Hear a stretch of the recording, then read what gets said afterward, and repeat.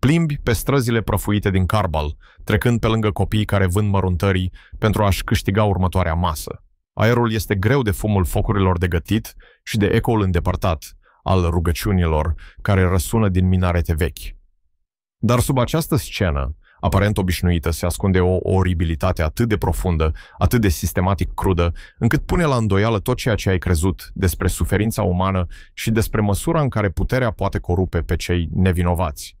Crezi că înțelegi cele mai rele lucruri pe care umanitatea le poate face celor mai vulnerabili? Crezi că cele mai întunecate pagini ale istoriei sunt în siguranță, îngropate în manualele învechite? Ei bine, pregătește-te, pentru că ești pe cale să descoperi o practică atât de barbară, atât de profund înrădăcinată în țesătura societății afgane, încât cele mai înfricoșătoare basme par povești de culcare. Ești pe cale să pătrunzi în lumea șocantă a Bashabazi, unde copiii sunt transformați în păpuși vii pentru divertismentul și satisfacția sexuală a bărbaților puternici care se ascund în spatele tradiției și al justificărilor religioase.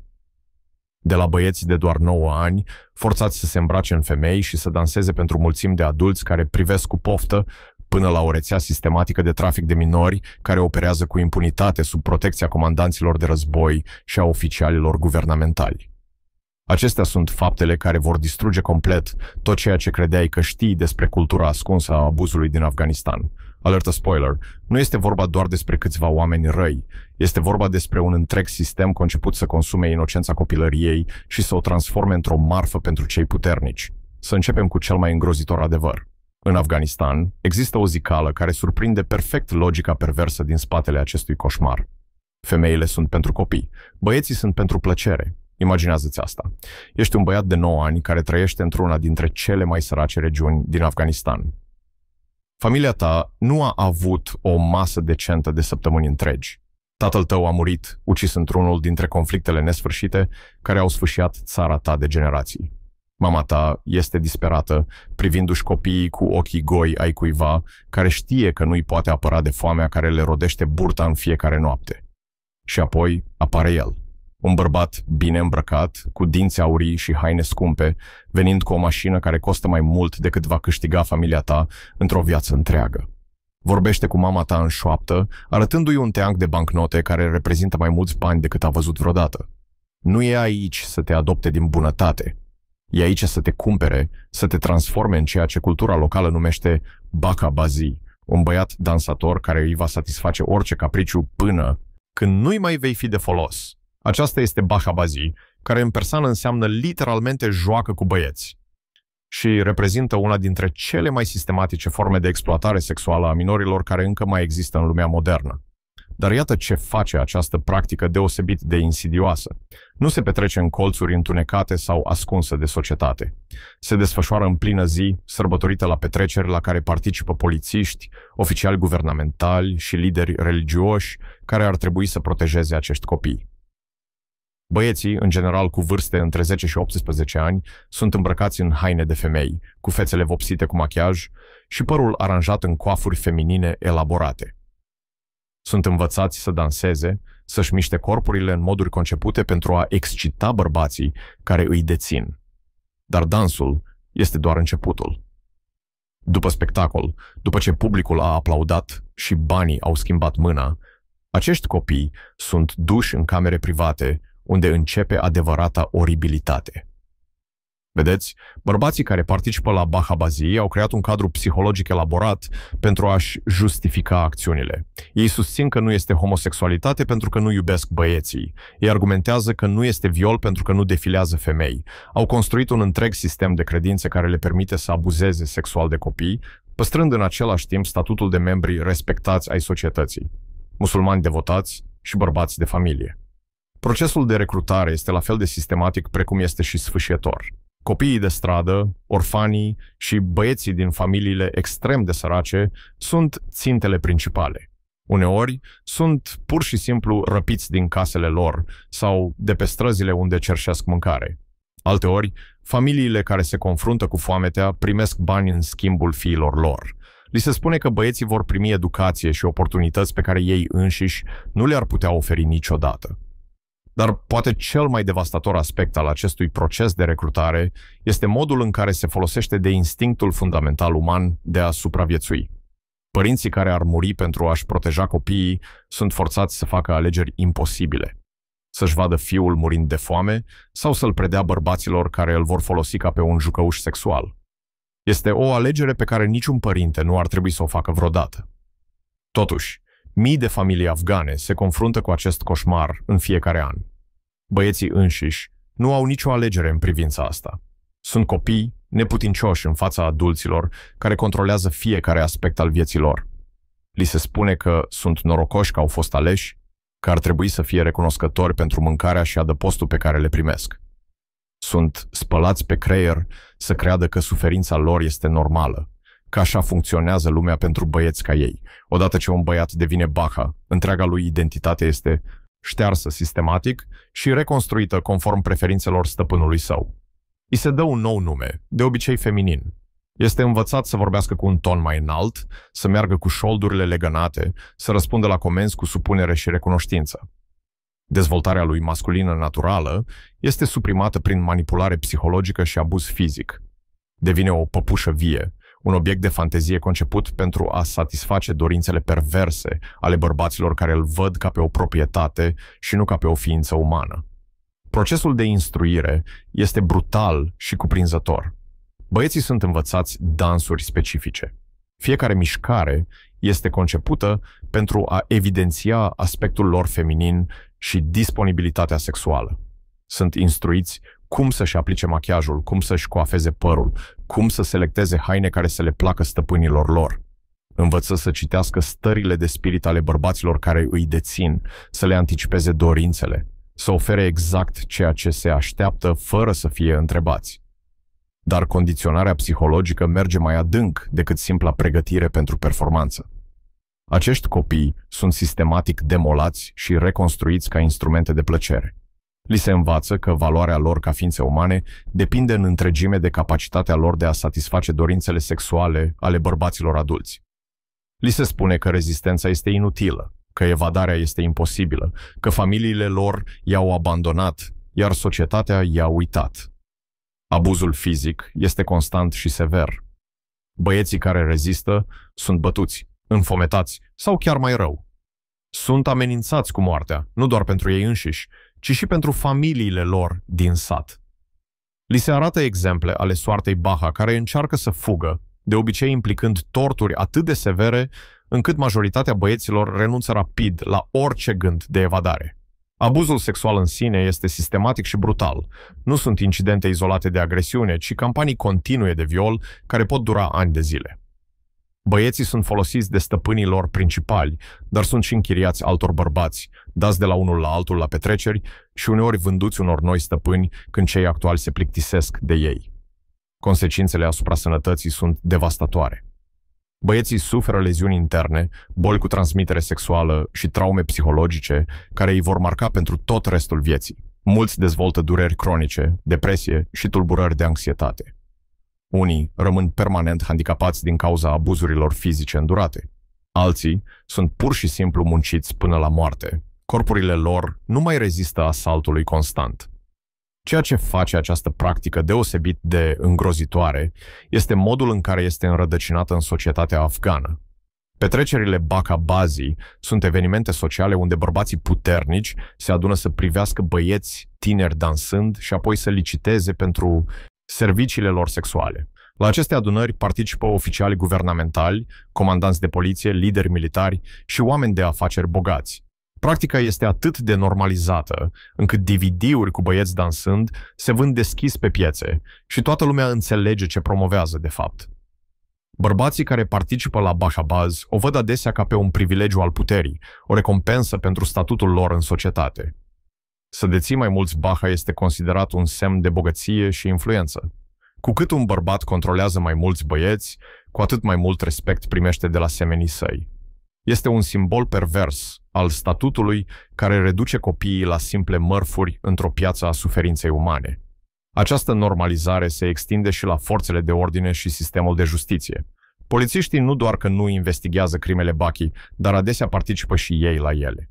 Instanțele refuză să judece cazuri care implică bărbați puternici, iar când se fac arestări, de obicei băieții sunt acuzați de prostituție, nu bărbații care îi violează. Impactul psihologic asupra acestor copii nu poate fi supraestimat. Trăiesc într-o stare constantă de teroare, fără să știe când vor fi chemați, ce li se va cere sau câtă durere vor trebui să îndure. Dezvoltă mecanisme de supraviețuire care implică o disociere completă de propriile corpuri și emoții. Învață să se retragă în ei înșiși, în timp ce trupurile lor sunt folosite pentru plăcerea altora. Mulți dintre acești băieți dezvoltă ceea ce psihologii numesc neputință învățată, o stare psihologică în care devin atât de condiționați de abuz încât încetează să mai încerce să reziste sau să evadeze, chiar și atunci când apar oportunități. Li s-a insuflat sistematic că sunt neputincioși, că suferința lor este inevitabilă și că nimeni nu îi va ajuta. Această condiționare psihologică este atât de eficientă încât unii băieți își vor apăra efectiv agresorii, susținând că sunt recunoscători pentru adăpostul și hrana pe care le primesc. Ciclul abuzului se extinde mult dincolo de victimele imediate. Băieții care supraviețuiesc bacabazi cresc adesea și devin ei înșiși agresori. Au învățat că așa funcționează puterea în societatea afgană. Au fost atât de profund condiționați să considere exploatarea sexuală normală, încât reproduc aceleași tipare cu următoarea generație de copii vulnerabili. Este un ciclu îngrozitor care asigură continuarea practicii la nesfârșit, fiecare generație de supraviețuitori devenind următoarea generație de agresori. Stimulentele economice din spatele baciabazii arată cât de profund este înrădăcinată această practică în societatea afgană. Pentru bărbații care dețin acești băieți, nu este vorba doar despre satisfacție sexuală, este vorba despre profit. Bașabazii sunt închiriați pentru petreceri, întâlniri private și evenimente speciale. Ei generează venituri semnificative pentru stăpânii lor, care îi tratează ca pe niște vite într-o piață grotescă unde inocența copilăriei este cumpărată și vândută. Cei mai de succes bahabazi, cei considerați cei mai atrăgători și pricepuți la dans, pot obține prețuri mai mari.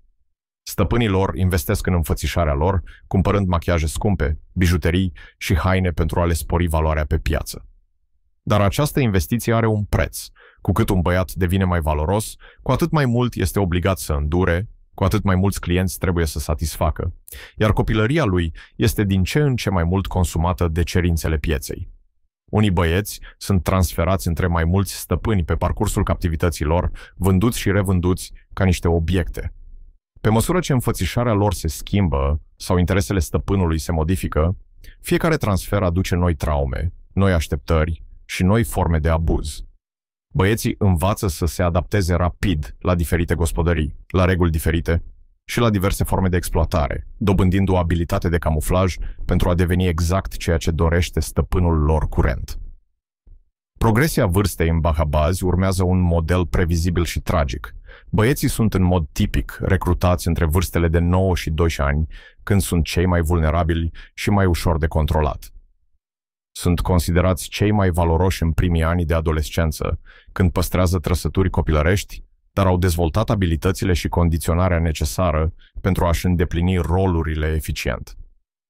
Pe măsură ce se apropie de maturitate și încep să le apară păr facial și caracteristici masculine, valoarea lor în piața bahabazii scade dramatic. Acest proces de îmbătrânire creează un termen limită îngrozitor pentru acești copii. Ei știu că, odată ce ajung la sfârșitul adolescenței sau la începutul vârstei de 20 de ani, vor fi probabil aruncați de stăpânii lor și forțați să găsească alte modalități de supraviețuire. Unii sunt eliberați cu nimic, lăsați să se descurce într-o societate care îi consideră bunuri deteriorate. Alții sunt păstrați ca servitori sau gardieni. Cunoașterea lor intimă a secretelor foștilor stăpâni îi face valoroși în alte feluri. Stigma socială atașată foștilor baciabazi face ca reintegrarea în societatea normală să fie aproape imposibilă. În cultura afgană, acești băieți sunt considerați pătați definitiv, indiferent că au fost victime ale unui abuz sistematic. Sunt priviți ca fiind implicați în acte homosexuale, care atrag consecințe sociale severe într-o societate profund conservatoare. Mulți se luptă să-și găsească de lucru, să formeze relații sau să-și construiască vieți normale după eliberare. Urmările psihologice ale bahabazilor creează o generație de tineri profund traumatizați, care poartă cicatricile abuzului suferit până în adulție. Mulți dezvoltă tulburări grave de sănătate mentală, inclusiv depresie, anxietate și sindrom de stres post-traumatic. Recurg la consumul de droguri și alcool pentru a amorți durerea amintirilor cu care se confruntă. Unii dezvoltă comportamente agresive, învățând că violența face parte din relațiile umane normale. Pentru acești supraviețuitori, încrederea devine aproape imposibil de stabilit. Au fost trădați de adulții care ar fi trebuit să îi protejeze, exploatați de bărbați care pretindeau că au grijă de ei și abandonați de o societate care ar fi trebuit să îi salveze. Această ruptură fundamentală a încrederii afectează orice relație pe care încearcă să o construiască, făcându-le dificil să se conecteze cu alții sau să creadă în posibilitatea unei bunătăți umane autentice. Impactul asupra dezvoltării lor sexuale este deosebit de devastator. Acești băieți au fost condiționați să perceapă sexul ca pe ceva ce li se face, nu ca pe un act în care participă voluntar. Au învățat că corpurile lor există pentru plăcerea altora, nu pentru propria lor satisfacție sau exprimare personală. Acest condiționament le poate afecta capacitatea de a forma relații romantice sănătoase de-a lungul întregii vieți. Mulți supraviețuitori se confruntă cu probleme legate de identitatea de gen și orientarea sexuală. După ce au fost forțați să adopte o comportare feminină timp de ani de zile în perioada formării lor, ei pot rămâne confuzi în privința propriilor dorințe, nesiguri dacă reacțiile lor sunt autentice sau doar comportamente învățate pentru a mulțumi foștii lor abuzatori. Această confuzie poate persista zeci de ani, afectându-le capacitatea de a se înțelege pe ei înșiși și locul lor în lume.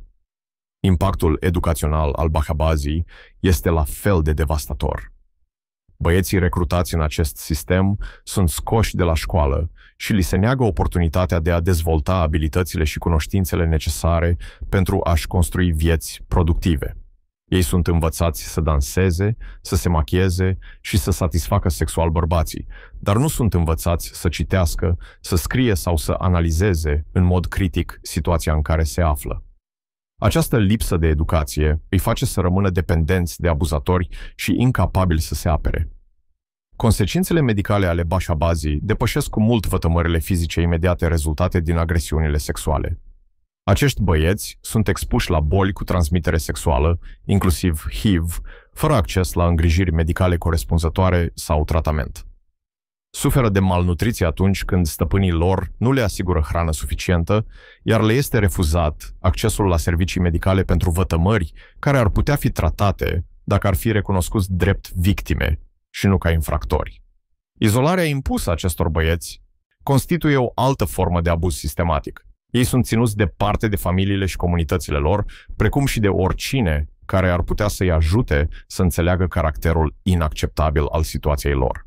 Această izolare îi face complet dependenți de abuzatori, atât pentru contactul uman elementar, cât și pentru sprijinul emoțional, creând o formă pervertită de sindrom Stockholm, în care își pot dezvolta atașamente față de chiar acei oameni care le distrug viețile. Reacția comunității internaționale la fenomenul bașabazii a fost în mare parte inadecvată, împiedicată de relativism cultural și considerente politice. Guvernele occidentale și organizațiile neguvernamentale se confruntă adesea cu dificultăți în abordarea acestei practici, fără a părea că își impun valorile asupra societății afgane. Această precauție diplomatică a permis continuarea practicii bașabazi cu interferențe minime, în timp ce presiunea internațională rămâne concentrată pe probleme mai vizibile, iar acest abuz sistematic asupra copiilor persistă în umbră. Practica a demonstrat o rezistență remarcabilă în fața schimbărilor politice. În timpul primei domnii a talibanilor în anii 1990, bașabazia a fost interzisă oficial și pedepsită sever, ceea ce a dus la o scădere semnificativă a practicii. Cu toate acestea, după căderea talibanilor în 2001, practica a reapărut cu o vigoare reînnoită, pe măsură ce foștii comandanți mujahedini și-au recâștigat puterea și influența. Aceiași comandanți, mulți dintre ei având participat la practici bașabazii în timpul ocupației sovietice, au reintrodus această obiceiuală pe măsură ce au ocupat poziții de autoritate în noul guvern. Revenirea talibanilor la putere în 2021 a creat o situație complexă și contradictorie privind Bahabazi. Deși talibanii au interzis oficial practica și au instituit pedepse severe pentru cei prinși în flagrant, rapoartele indică faptul că unii membri talibani au fost ei înșiși implicați în exploatarea acestor băieți. Interzicerea muzicii și dansului a împins această practică și mai mult în clandestinitate, făcând și mai dificilă documentarea sau intervenția observatorilor internaționali. Această trecere în subteran a făcut situația și mai periculoasă pentru băieți înșiși. Lipsa caracterului semi-public al petrecerilor tradiționale Baki reduce considerabil supravegherea și limitează oportunitățile de salvare sau intervenție. Băieții sunt acum ținuți ascunși în complexe private și locații izolate, complet separați de orice posibilitate de ajutor sau evadare. Criza economică care a urmat revenirii talibanilor a sporit și mai mult vulnerabilitatea familiilor afgane. Odată cu întreruperea ajutoarelor internaționale și prăbușirea economiei, tot mai multe familii se confruntă cu o alegere imposibilă. Fie să-și vadă copiii suferind de foame, fie să-i vândă bărbaților care îi vor exploata. Numărul băieților recrutați în Bahabazi a crescut, de fapt, chiar dacă practica a devenit mai secretă și mai periculoasă. Condiționarea psihologică folosită în Bahabazi este atât de eficientă încât mulți băieți nu se recuperează niciodată complet, chiar și după decenii de la eliberare.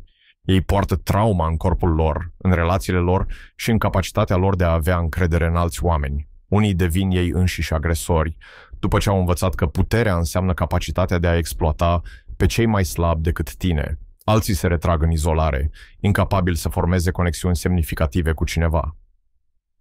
Cel mai sfâșietor aspect al acestui sistem este modul în care distruge nu doar vieți individuale, ci întregi comunități. Când o societate normalizează exploatarea sexuală a copiilor, creează o cultură în care demnitatea umană devine negociabilă, unde puterea primează moralității de bază și unde cei mai vulnerabili membri ai societății sunt tratați ca mărfuri, nu ca ființe umane.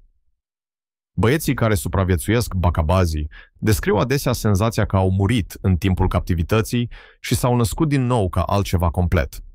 Ei vorbesc despre a învăța să-și separe mintea de corp, să trăiască într-o stare de disociere constantă care le-a permis să îndure ce era de nedurat.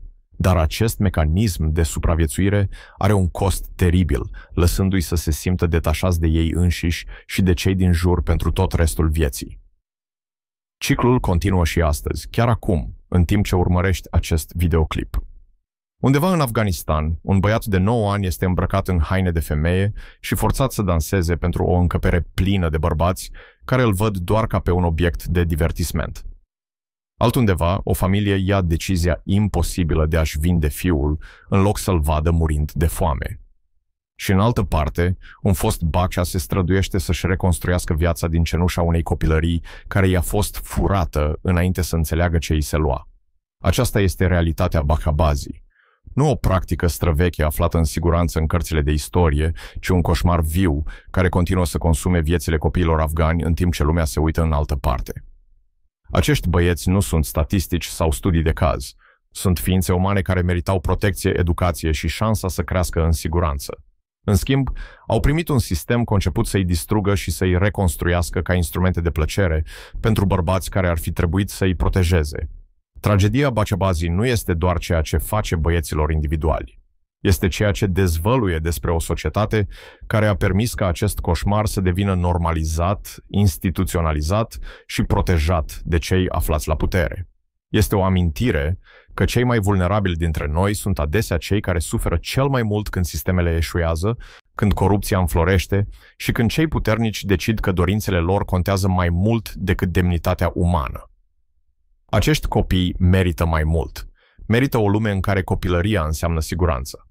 O lume în care băieții pot crește fără teama de a fi transformați în păpuși vii și în care cei puternici sunt trași la răspundere pentru a proteja, nu a exploata inocenții. Până când acea lume va exista, coșmarul Bahabazi va continua, consumând vieți tinere și perpetuând cicluri de abuz care se întind pe generații. Povestea acestor băieți nu este doar rușinea Afganistanului, este rușinea umanității, o amintire a cât de mult mai avem de parcurs până când vom putea spune cu adevărat că ne protejăm copiii de cei care ar vrea să le facă rău.